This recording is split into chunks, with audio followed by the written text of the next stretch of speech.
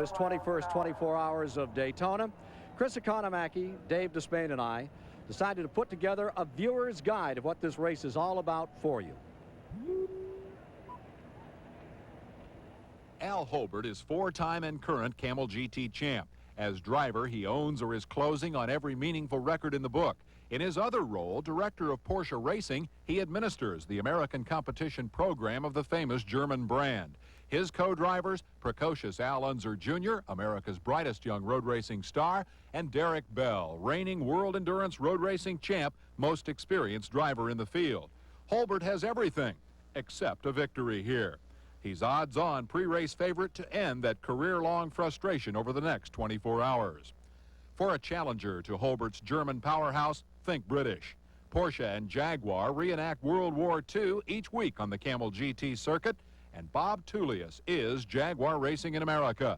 The Tullius-Holbert rivalry, fierce and personal. Ex-Marine Tullius has raced British cars for over 15 years. His two-car team includes former Daytona winners Brian Redman, Hurley Haywood, and Claude Ballalena. Tullius' goal, end a long string of Daytona bad luck that continued last year when his car burst into flame and lit the Daytona skies with a very expensive bonfire. You know, Chris, that kind of luck seems to plague the challengers to Porsche's long dominance of this race. These German juggernauts have won 9 straight 24 hours. The 962, $250,000 worth of space-age technology, debuted here 2 years ago and won last year. BMW, another German maker, was supposed to take on the Porsches this year, but their car burned to the ground in testing last Tuesday. David Hobbs, out of a ride, quickly negotiated an alternative role. He'll join our own cast of experts as a TBS commentator for the race. Replacing BMW as the spoiler is this magnificent Corvette prototype. It's on the pole at a record 129 miles per hour. But the question is, will it last? And the same question must be asked of this Buick-powered March, which outran everyone in Camel GT racing last year until it broke.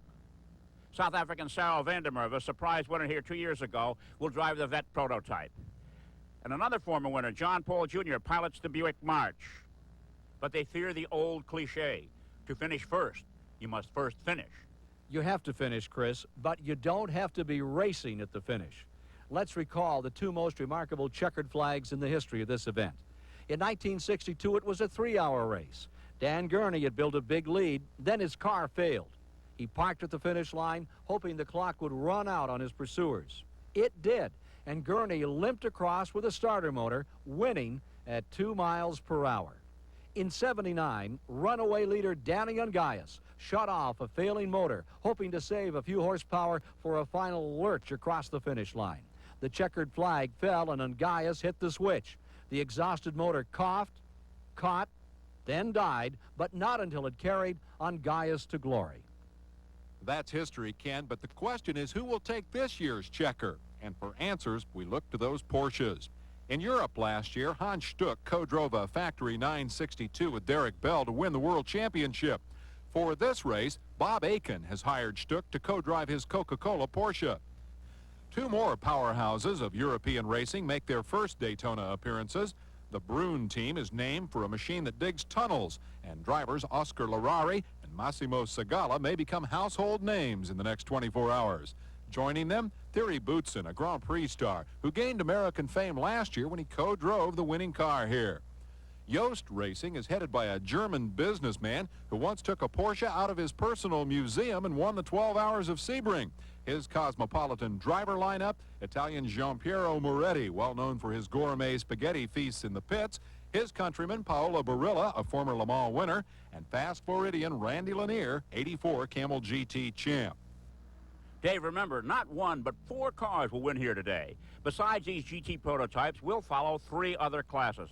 The Camel Lights are miniature GTP machines, weighing less and with smaller, less powerful engines than their big brothers. Production-based sedans and sports cars also do battle in classes based on engine size. GTO cars have engines over 3 liters displacement. Big engine American cars dominate. The GTU class is owned by small engine sports cars like the Mazda RX-7 and Pontiac Fiero. All that variety creates some interesting contrast. For some sponsors and teams, this is the biggest race of the year, and money is no object. Mechanical support and accoutrements for the personnel boggle the mind and the checkbook. In contrast, the out-of-pocket privateers labor without big sponsors, supported by volunteer crews, family, and inspired by their love of the sport and the dream of a moment in the 24-hour spotlight. The oldest saw in racing says, money buys speed. How fast do you want to go? The big buck cars will go 210 miles an hour here. The lower dollar efforts run out of steam around 140, and that 70-mile-an-hour speed differential creates a lot of hairy moments.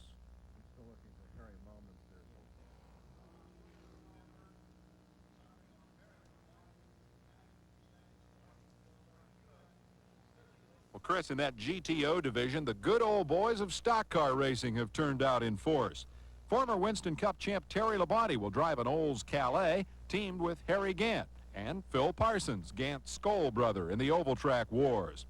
The biggest story in stock car racing last year, $1 million Bill Elliott, will start his first 24 hours in a Ford, naturally. His Mustang co-drivers include Kyle Petty, son of the legendary Richard, Ricky Rudd, who won on our last TBS race broadcast, and Ken Schrader, the '85 Winston Cup Rookie of the Year. Pre-race practice found those stock car boys in the dirt as much as they were on the track. It seems everyone who's anybody in racing, even airplane racing, is here. Consider Jimmy Leeward, who flies this World War II replica at more than 400 miles an hour in airborne competition. If the drivers are the valiant warriors battling for 24-hour glory, the pit crews are foot soldiers, slugging it out in the trenches. They'll go through a couple of warehouses worth of parts as they labor twice around the clock, sustained by cold hot dogs and burning pride in the performance of their beloved machines. This is Alvin Springer. He's the master engine builder of Camel GT and a partner in Andile Porsche, the California company that specializes in hopping up the German sports cars. Andile engines have won 3 straight 24 hours. 4 in a row would be a record. So Andile has pulled out all the stops, building motors for 8 cars in the field. If there is a single element you should expect in the next 2 laps around the clock, it is the unexpected. Endurance road racing is a rain or shine affair, and it gets very hairy in the wet. Nonetheless, the 24-hour is a stop-for-nothing proposition. Except, of course, in 1983. During our first live coverage of the race, it rained so hard that the event had to be stopped for the first time in history. Now, Ken, what does the most famous racer in America, A.J. Foyt, have up his sleeve this year? Dave, we could do a primetime mini-series on Supertex. Best known for his IndyCar wins, A.J. has a way of letting folks know when he's not happy. His volatility is part of his charm. A.J.'s been on the winning team here 2 of the last 3 years, but he's also met his match here when it comes to temper tantrums. In 1983, he was hired 15 hours into the race to co-drive with French star Bob Wallach. Early on, we were about 12 laps behind. Now we are 1 lap leading, and Mr. A.J. Foyt is driving for the PR. I'm upset about it. Wallach cooled off when A.J. cut some very fast laps and went on to victory circle in his first sports car race in 17 years. Last year, Foyt and Wallach, the Camel GT odd couple, were all smiles, best of friends, and they won the race again. But for 86, they're split up. Wallach will start from the outside pole, co-driving with owner-driver Bruce Levin and former Formula One star Derek Daly. 4-time Indy winner Foyt is half of a new odd couple, teamed with a 1985 Indy winner, Danny Sullivan. Danny became racing's newest media star when he spun in front of Mario Andretti en route to victory in last year's 500. Now he's dating movie stars, starring in Miami Vice, and doing his first 24 hours. The owner of that car, Preston Henn, first brought Foyt and Wallach together and is known as a guy who recognizes a headline when he hires one. All right, our thanks to Lanny Grubbs for putting together the preview pictures of what we're about to see here. Now, Jim Busby is standing by with his onboard camera to take you for a wild 210-mile-an-hour ride around Daytona. It's all coming up. We're ready to go racing. Stand by for the 24 hours of Daytona. For powerful personalities. The greatest field in the history. 24 years of the running of this race is on pit road. Let's go to Chris Economaki. I'm down here by A.J. Foyt's car. He's about to put on his helmet.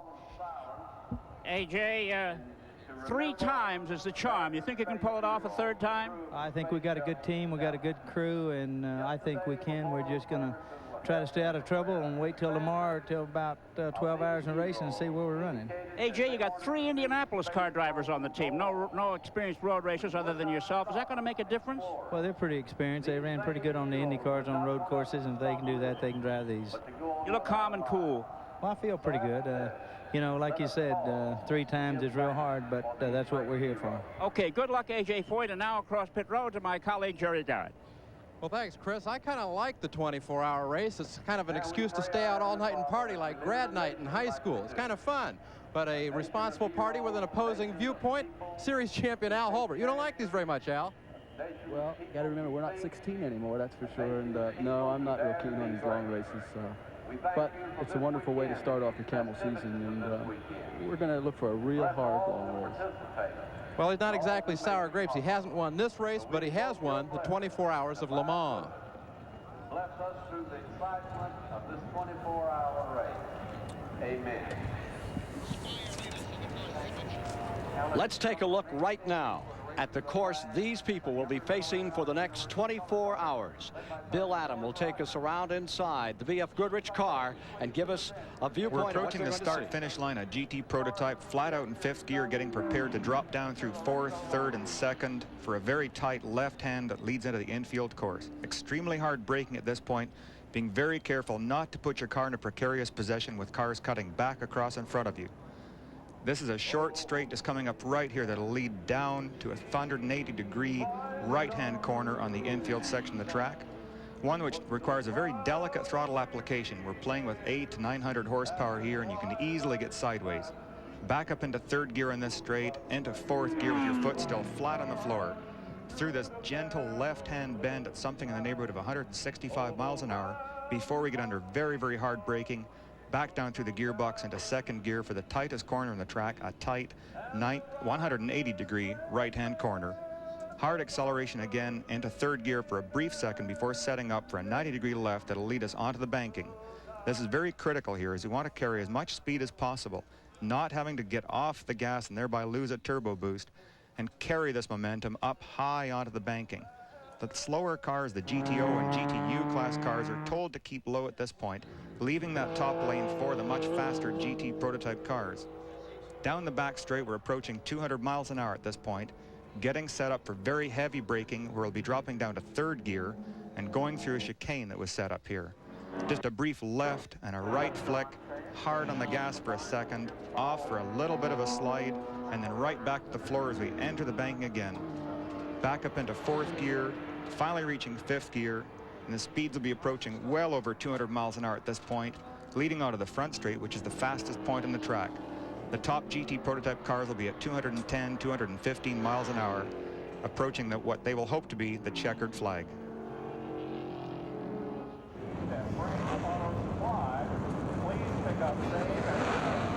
We'll be back after this commercial message. It's coming now, the 24 Hours of Daytona, live here on the Superstation.